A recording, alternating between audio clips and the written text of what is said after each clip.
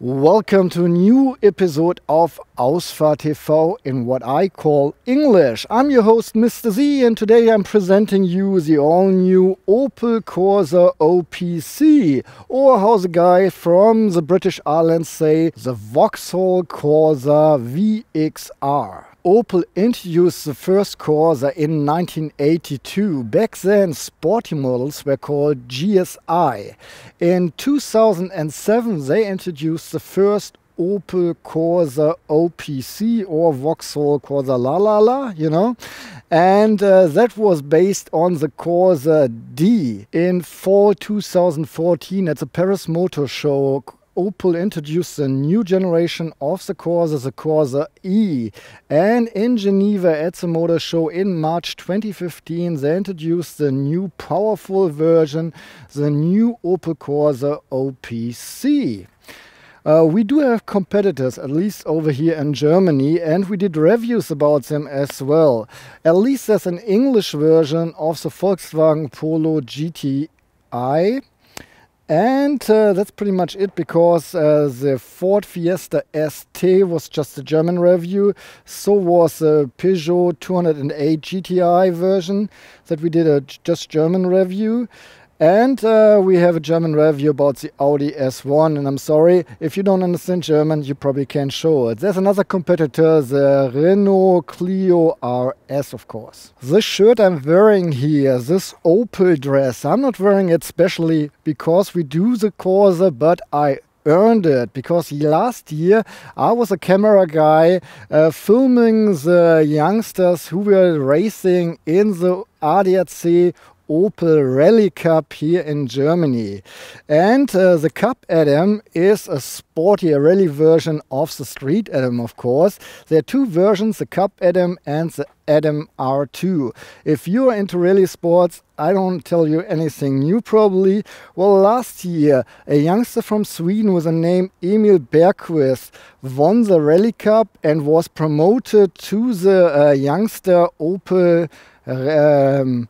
motorsport team, and he raced this year the European youngster division of the WRC and won it in the Opel R2. I'm just telling you all this because the engine from the Opel Adam R2 and the Opel Corsa OPC, they are pretty much alike, pretty much the same. But this baby right here, 1.6 turbo Ecotec engine, 1.6 liters. It has 207 horses and it's good for maximum torque of 245 Newton meters. And you get them in a range between 1,900 and 5,800 RPM. The engine has an overboost function, so for a short period of time you can even get up to 280 Newton meters of torque. By the way, of course, it is a front wheel drive and we have a manual 6-speed transmission in here. If you are ready to shift the manual stick shift in the right way, the Corsa OPC accelerates from 0 to 100 kilometers per hour or 62 miles per hour in just 6.8 seconds. And the top speed is reached at 230 kilometers per hour or 143 miles per hour. The gas tank of the 2015 Opel Corsa E OPC is good for 45 liters, which equals 11.9 gallons. Opel claims a fuel consumption of 7.5 liters on 100 kilometers or 31.3 miles per gallon, which means that under perfect conditions you can drive up to 600 kilometers or 370 miles without getting gas. In terms of CO2 emissions, the Opel Corsa OPC sets free 174 grams per kilometer. The Opel Corsa OPC had a length of 4.02 meters, which equals 158 inches, with a wheelbase of 2.51 meters, which equals 99 inches. It is 1 meter and 48 centimeters high, which equals 58 inches, and it is 1.78 meters wide, which equals 70 inches. As of the turn radius, you need at least 11 meters of free space or 433 inches. The curb weight is 1,293 kilograms or 2,851 pounds. The admissible total weight is 1,670 kilograms, which equals 3,682 pounds. In Germany, our test car would cost round about 25,700 euros. First of all, my dear friends, if you really think about buying this little pocket rocket, you might want to keep one thing in mind. At least in Germany, the car costs as a basis from the factory 26,500 euros roundabout. But not included is the OPC performance package for 3,000 euros, at least in Germany. And this package comes with a Brembo braking system, Lamelli limited slip differential. It's hard to pronounce in English, but this slip differential really rocks. We drove it in Rüsselsheim, well, in Dudenhofen at the beginning of this week, and I miss it in this car because we don't have the OPC performance package in this car, and as well with a little bit stiffer suspension and 18-inch alloy wheels. So you rather think in terms of putting this package on top of the configuration of your car, because this package really rocks and kicks ass. Okay, now to the exterior.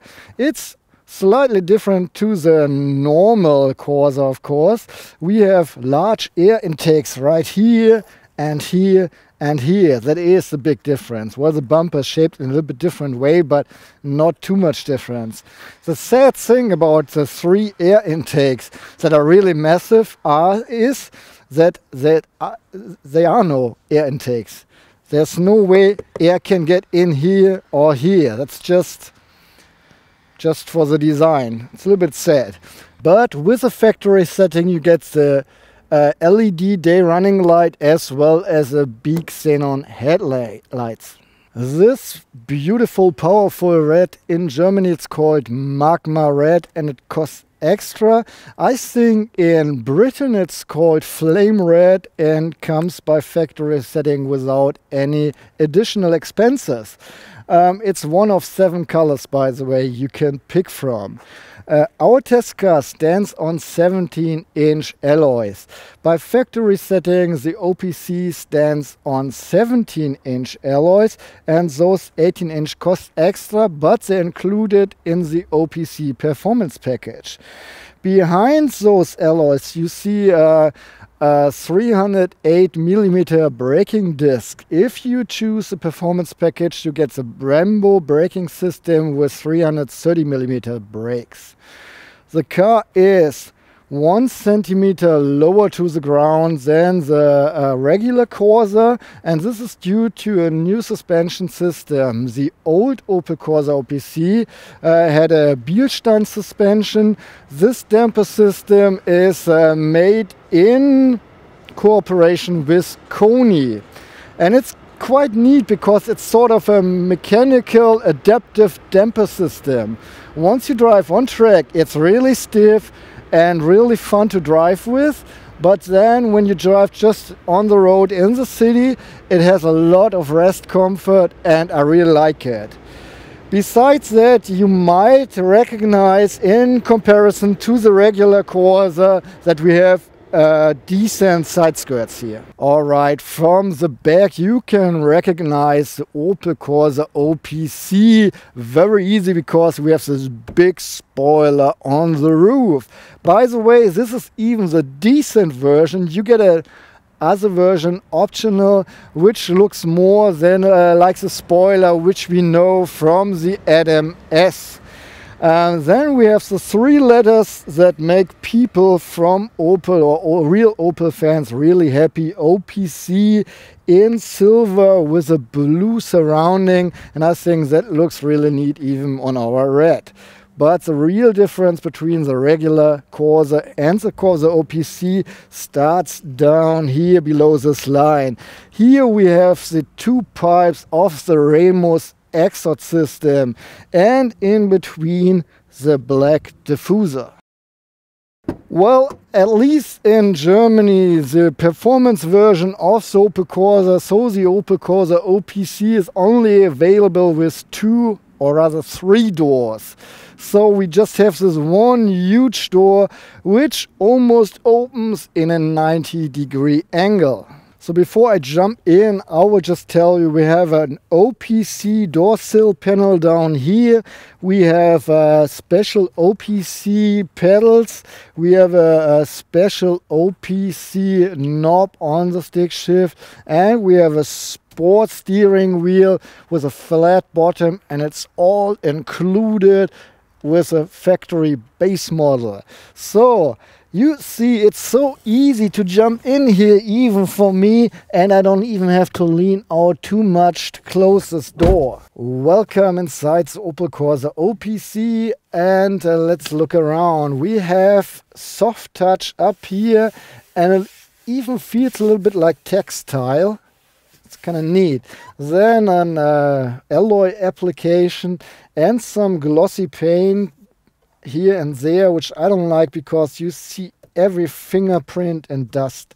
And below this line, it's hard plastic all the way. Here again, high glossy paint and hard plastic again. Hard plastic on the door, but here we have at least artificial leather at the side.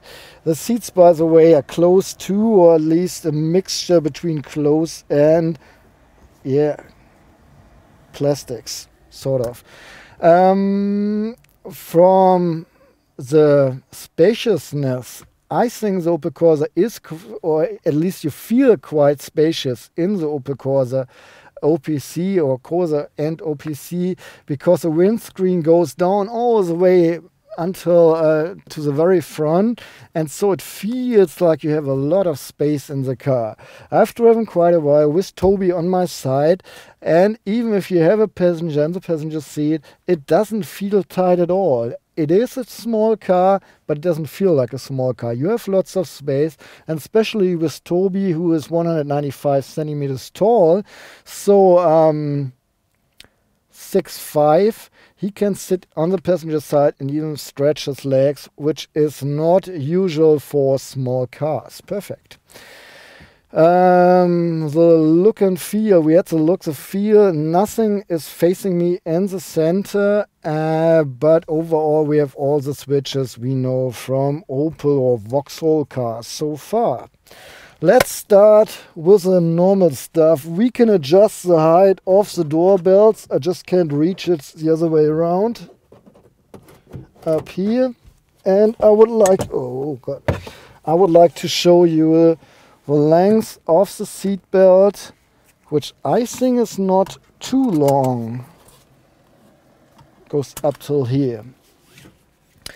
And the Recaro Sport seats are just plain awesome. And I don't want to say anything, you know, I want to get excited about seats, but they're really cool. They're very comfortable on one hand, and you have a lot of side support. You can really go sporty with the seats as well. We have the closed version. You get them as an option with leather as well. With the leather comes a seat heating, which is pretty enjoyable as well. But I think for most people, the closed version will be fine. We have artificial leather on the sides, and on the seat, there's a mixture between plastics and clothes, I guess. You can adjust them in height on one hand, and on the other hand, you can adjust the backrest with a little wheel. And of course, you can put them to the very back for Toby, oops, or to the very front.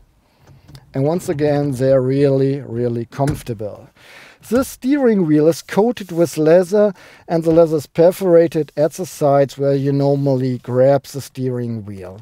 And it has a flat bottom, by the way. It's adjustable in height as well as in depth, and you see the angle or the radius you can choose. On the left side, we have buttons to control the cruise control or the speed limiter. On the right side, we have all the buttons for the infotainment system.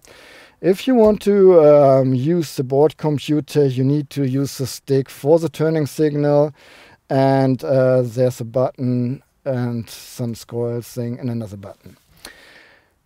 Okay, we have two mirrors, of course, outside. They are not too big, but they suit the car pretty well, and you see enough from what's going on behind. You can't, by the way, inflate them to the car. How you say it? Well, let me know, please, in the comments. You can, you know, they're not foldable, electric foldable. However, with a mirror inside, you see the whole rear window, so you have a good view until the headrest of the rear bench comes up. Altogether, this is all fine. And we even have in our car as an option rear camera. By the way, our car has not very much options altogether. And let me turn around. Oh, wow. I have to say that I do have a blind spot because the B pillar is, you know, from my point of view, right going into the C pillar, so there is a blind spot. And the other way around, the B pillar is fine. But the C pillar is quite big, so there is indeed a blind spot, but together with a mirror, and if I pay some attention, everything should be fine. Behind the steering wheel, we have the cockpit with two round gauges. So is this pronounced right? Gauges? I said gauges before, so someone said it's more gauges.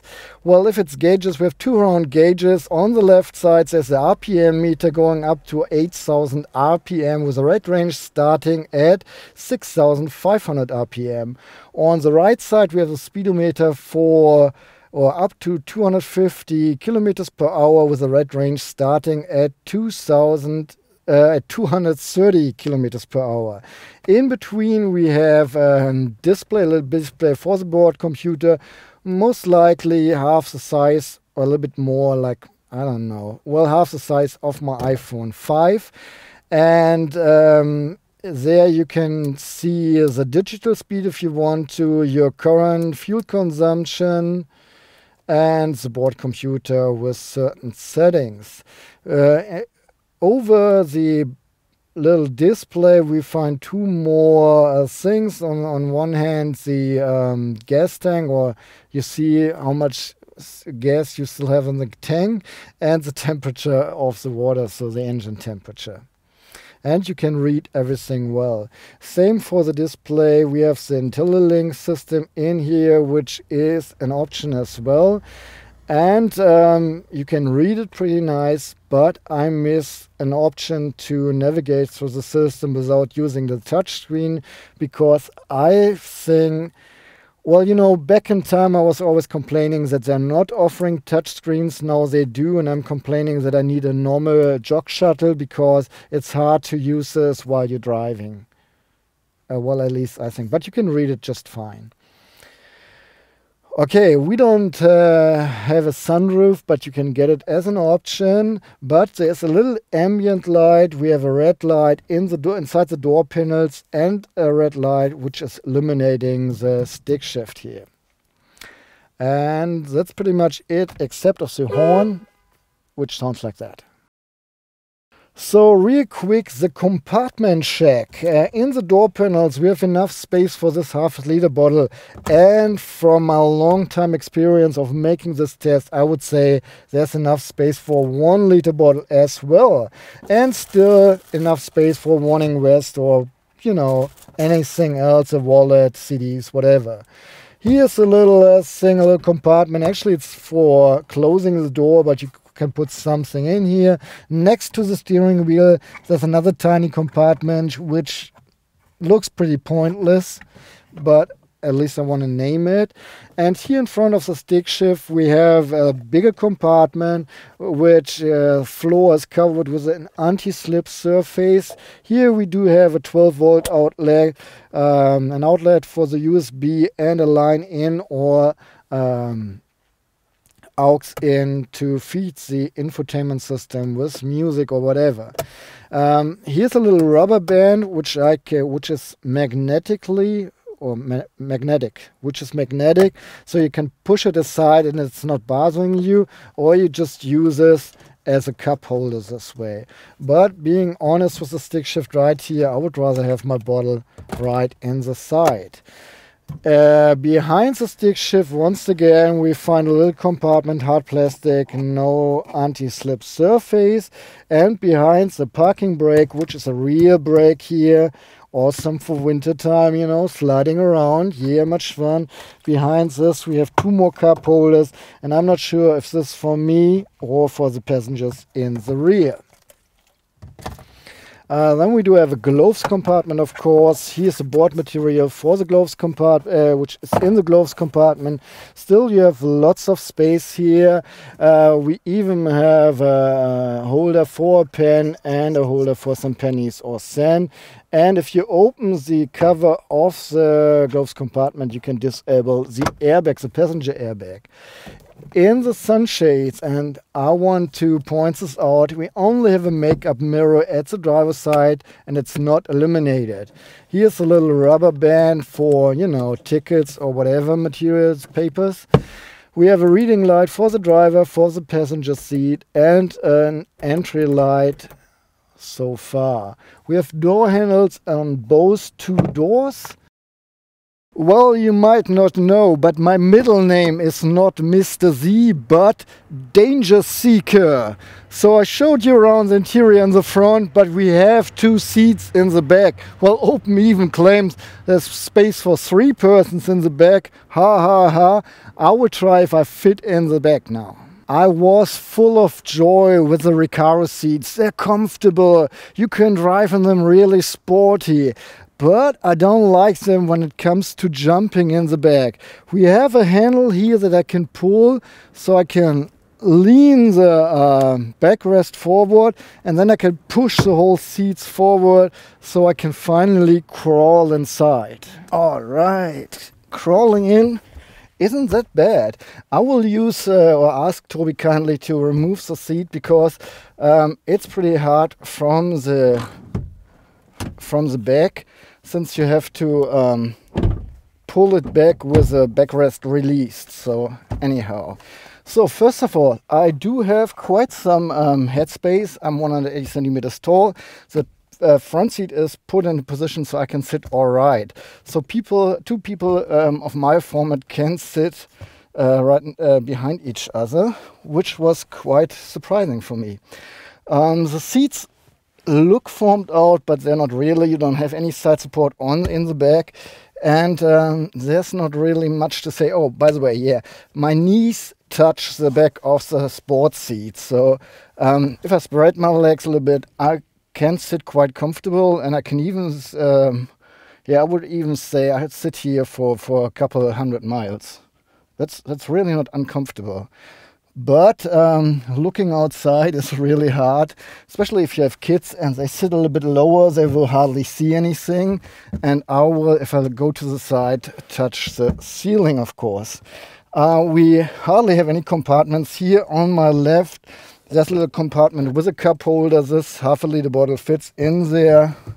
Yeah, almost. I think it's good for 0.75 liter bottle, and there's some other space for whatever, wallet or so, and nothing else actually. The cup holder I showed you in the front already. I just managed to put this 1.5 liter bottle in there, which works. But there's nothing here. There's no light, no nothing. We have Isofix hooks.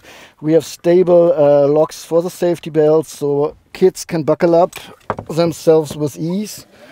And the safety belts are long enough to buckle up a child seat or a baby shelf. And that is it. That's it. There's nothing else to say here. Oh, well, I can try to scoot in the middle quickly. Here, sit a little bit harder, and I'm sitting on the locks of the safety belts, and I don't think that 3 people of my format can sit here in the back. At this point, I would like to show you the key, but this key is a little bit disappointing. 2 buttons on the one side and the Opel badge on the other side. no OPC badge at all. And of course you can push the button to get the key to start the car. So there's no button to open the trunk in any way, which is okay, because right here under the badge I have a push button and the trunk opens pretty easily. We have space in here for 280 liters or 10 cubic feet. And since we don't have the tripod case in here, it means it doesn't fit in here, because in terms of the width we have just 96 centimeters of width, and we need 97 at least to put the tripod case in here.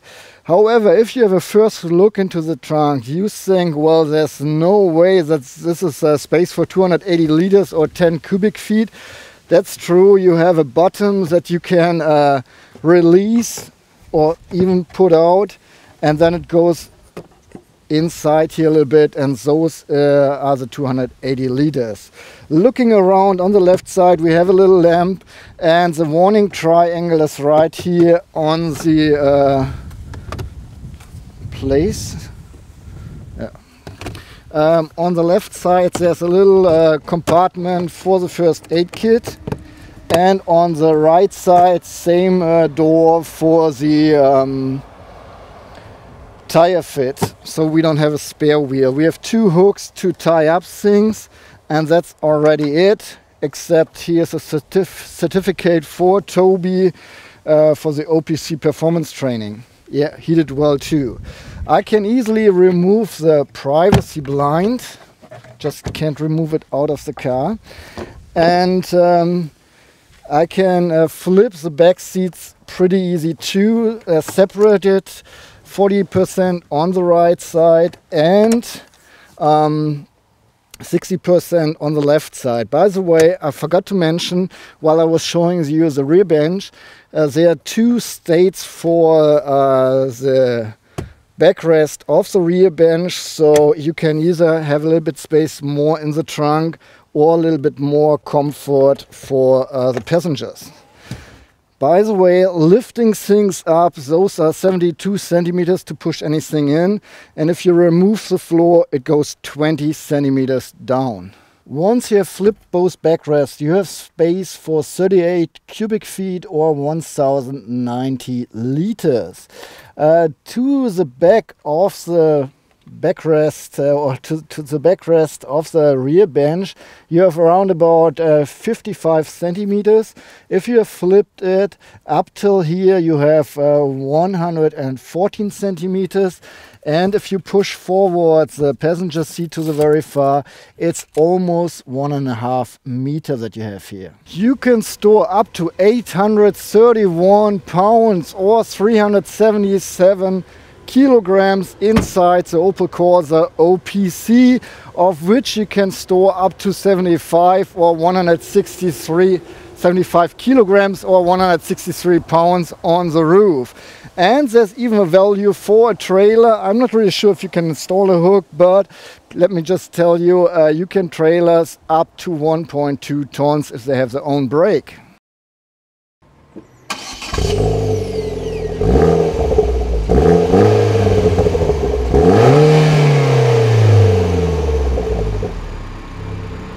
Hello, hello, let me give you some impressions from the driving part, how I enjoy driving with the Opel Corsa OPC. First of all, let's talk a little bit about fuel consumption. Opel claims a fuel consumption of 7.5 liters on 100 kilometers. We didn't double the value, but we ended up with 12.3 liters. We drove around 500 kilometers with the car, and we had an average speed of 58 kilometers per hour, which already shows we didn't really go too slow. However, we drove fast or sporty all the way. I think we can say this. Even inside the city, you know, I was shifting a little bit too late all the time and all that. So I think fuel consumption below 10 liters on 100 kilometers is possible, But on the other hand, if you buy this car because you want to have fun, and you drive this way, then you have to get used to a fuel consumption of 12 liters, 100 kilometers for sure. Well, the sound of this car could be a little bit more sporty from the inside. Even, you know, those are like 5,000 RPM, 6,000 RPM shifting. So yes, you hear the engine, but it's not like this sporty feeling that you really want to have. Even, you know, the cars with an artificial sound thing with a speaker inside, I would, you know, really, I wouldn't mind if Opel had did this, you know, a little sound accouter in the inside to give me a little bit more sporty feeling via the sound. Talking about wind noises, well, they start at around about 100 kilometers per hour, but they're fine, you know, they're not too disturbing. And even the car, if you go faster than 200 kilometers per hour, you still have a decent conversation in the inside, in the front row at least. Well, you have to raise your voice just a little bit, I guess, but that's fine. For a small car like this, I think that's totally fine. Well, the brakes are just good enough for this car and all the power the car has, but with the performance package you get the Brembo braking system, a little bigger brakes, and I was really impressed. I was really impressed. In Dudenhofen we did some tests with the braking system, and boy, you need less than 35 meters to slow down from 100 kilometers to 0. And with the Brembo I had a little bit better feeling concerning my how secure I feel in the car, driving fast and being ready to slow the car down. The steering is pretty nice and direct. It could be a little bit more direct for my taste. Even in the middle, you know, you get the feedback at once you steer. However, you know, just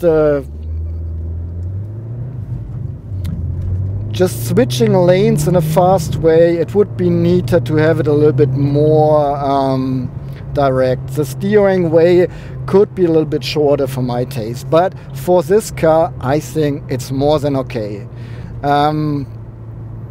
This suspension is really cool. I like it a lot because on one hand you can drive really sporty and have a good sporty suspension. On the other hand, when you drive normal, you know, through the city, you have a lot of comfort. You know, okay, it's not like a comfortable car, but for a tiny sporty car like this, you have a lot of rest comfort, and I like how they did that. They developed this new damper system together with Koni.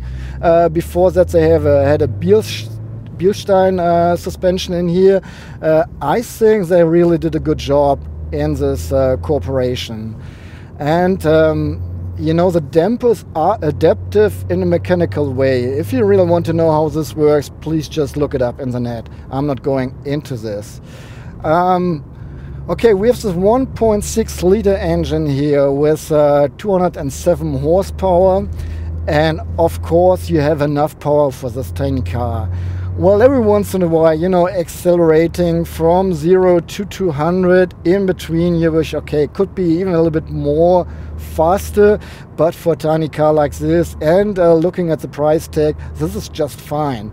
And especially on country roads, you know, curvy country roads, that's the way you want to move this baby.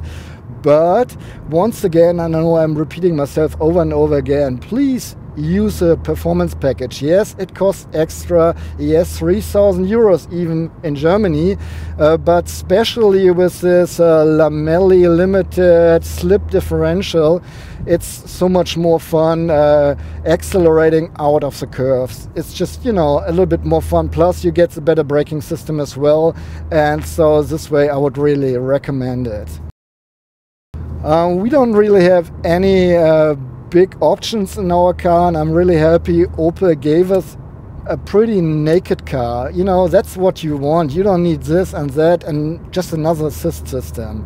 Remarkable is that you can disable the ESC in two ways. First of all, press the button once, so you get into a rather sporty mode, so the systems try to rule everything a little bit later than when you have it activated.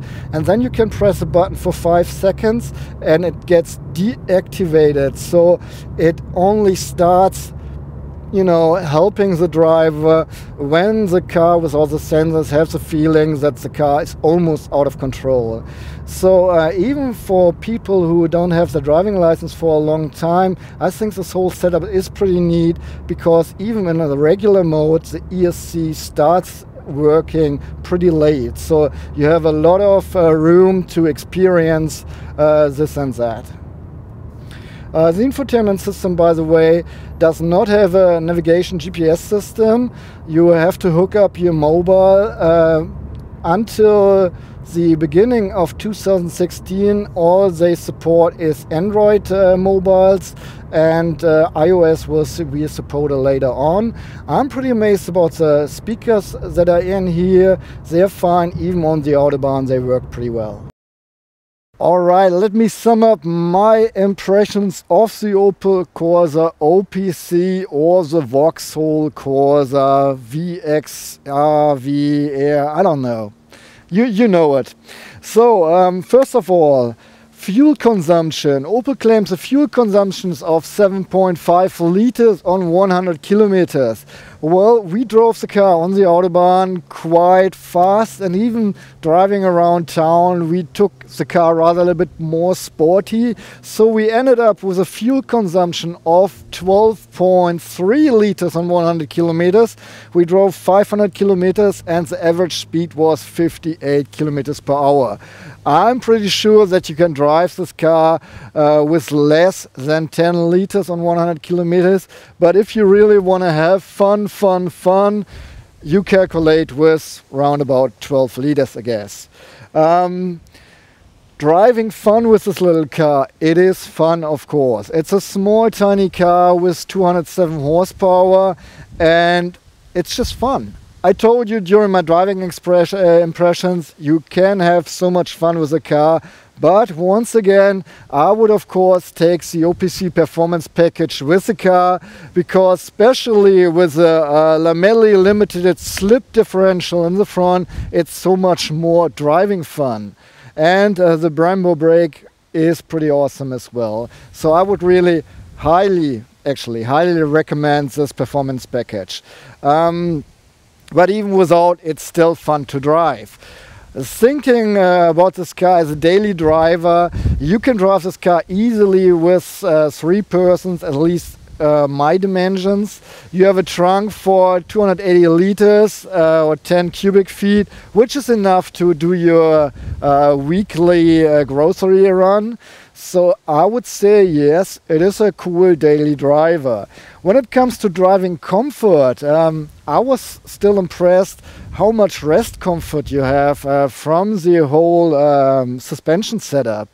Once you drive on track, or rather, you know, like really sporty, you have a sporty suspension setup, but then when you take the car as a daily driver through the city, it's still quite comfortable.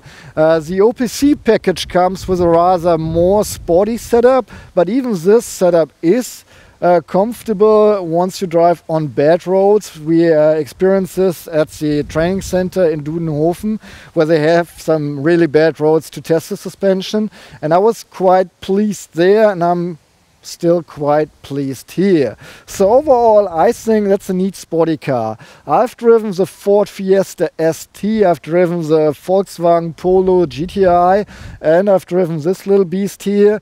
And I might say all the 3 pocket rockets do really make fun. Really, they're fun to drive for sure. If you ask me for my opinion, I'm always, you know, not really happy about comparing cars.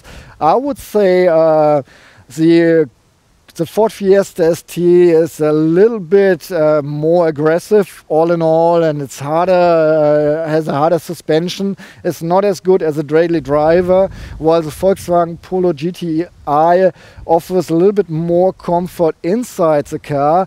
So overall, I would say the OPC is in between, but you should rather test them all yourself if you want to choose one of them. Well, that's it from my side. I hope you enjoyed our review. If you did, please give us a thumb up, because that motivates us. Don't just, turn off the video. At least a thumb up. If you have any questions, please put them below in the comments field, and we are trying to answer them. If you want to do something good for us, share this clip on any forum or the social networks like Facebook, Twitter or Google+, or even put them in your personal playlist on YouTube. That's it from my side. I'm Mr. Z, your host from Ausfahrt.tv, and I hope you tune in back next time when it's again Mr. Z showing you some what he thinks English reviews.